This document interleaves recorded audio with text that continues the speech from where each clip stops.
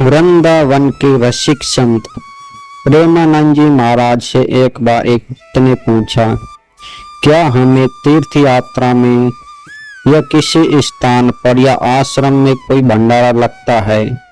या मुफ्त का भोजन कराता है तो हमें वो करना चाहिए या नहीं? तभी प्रेमानंद जी महाराज कहते हैं कि भंडारे में या किसी आश्रम में जब कभी भी हम भोजन करते हैं तो इससे हमारा पुण्य नष्ट होने लगता है और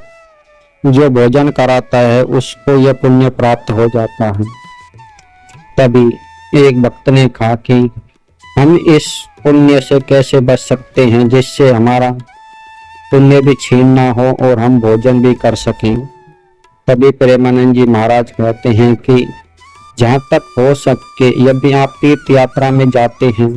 तो अपना भोजन साथ लेकर जाइए। यदि आप भोजन साथ न लेके जा सके तो आप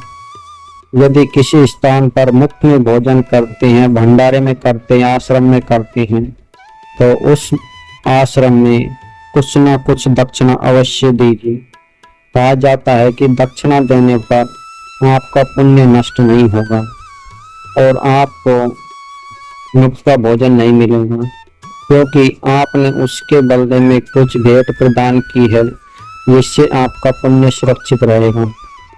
इसीलिए प्रेमानंद जी महाराज ने कहा कि जहाँ तक संभव हो सके पहली बार तो आपको अपना भोजन घर से ही करके जाना चाहिए और यदि हम घर से नहीं कर सके तो साथ लेकर जाइए, क्योंकि भंडारे में या आश्रम में किया हुआ भोजन हमारे पुण्य को तो छीन करता ही है, साथ ही साथ हमें ऋणी भी बनाता है।